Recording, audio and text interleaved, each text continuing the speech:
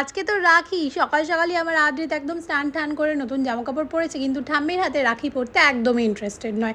ওর mood swing কখন যে হয়, কখন ভালো কখন খারাপ বোঝা বড় দায়। তো কোনোভাবে রাখিটা পরানো হয়েছিল। আর আজকে ব্রেকফাস্টটা দেখো না কতটা আনহেলদি হয়ে গেছিলো। চিকেন বার্গার এনেছিল মিয়ামোর থেকে, আর এই স্যান্ডউইচটা খেয়ে আমি চলে এলাম রান্নাবান্না করতে, আর এদিকে আদ্রিত গেল গুঁড়ো করতে। আর আমি চুটকি মেরে আমার বিছনাটা গুছিয়ে দিলাম। লাইফে যদি সব কিছু এরকম চুটকি মেরে হয়ে যেত কত ভালো হতো, তাই না?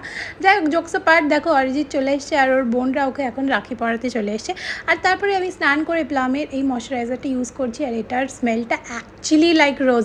আর বায়ো অয়েলের ব্যাপারে আর কী বলবো, এত হাইড্রেটিং হয়। তো যাই হোক, তারপরে আমি লাঞ্চ টাঞ্চ সেরে এখন একটু ক্ষীর দই নিয়ে বসে পড়েছি। আর সন্ধ্যেবেলা এদিকে রাখি, তো ভাবলাম না একটু এদিক ওদিক ঘুরেই আসি। তো আমি রেডি হয়ে নিলাম। আর ফার্স্টেই আমরা যাব একটু ওয়েস্ট সাইডে অনেক দিন ধরেই শুনছিলাম সেল চলছে, তো ফাইনালি আমি একটু ভাবলাম যে একটু ঘুরেই আসি। সত্যি কথা বলতে আমার যেটা জামাকাপড় পছন্দ হয়েছে সেটার দাম বেশি, আর যেটা পছন্দ হচ্ছে না সেটা তো হচ্ছেই না। তো আমি একটা জুতো আর একটা ইয়াররিংস নিয়েছিলাম। তারপর আমরা সোজা চলে গেলাম গড়িয়াহাট থেকেও আমার কিছু ইয়াররিংস কেনার ছিল, আর কালেকশন দেখেছো কতটা হিউজ। তারপরেই আমরা চলে গেছিলাম এই সফট টয়টার দোকানে আদিতের জন্য এই কিউট মিনি বিড়ালটা নিয়েছিলাম। আর তারপরেই এখন আমরা যাওয়ার পথে একটু বিরিয়ানিও নিয়ে নিয়েছিলাম। আর আদ্রিত দেখো এই বিড়ালটা পেয়ে কতটা খুশি। আর তারপরেই আজকের এই সুন্দর ব্লগটা, এই সুন্দর ডিনারটা করতেই শেষ করলাম।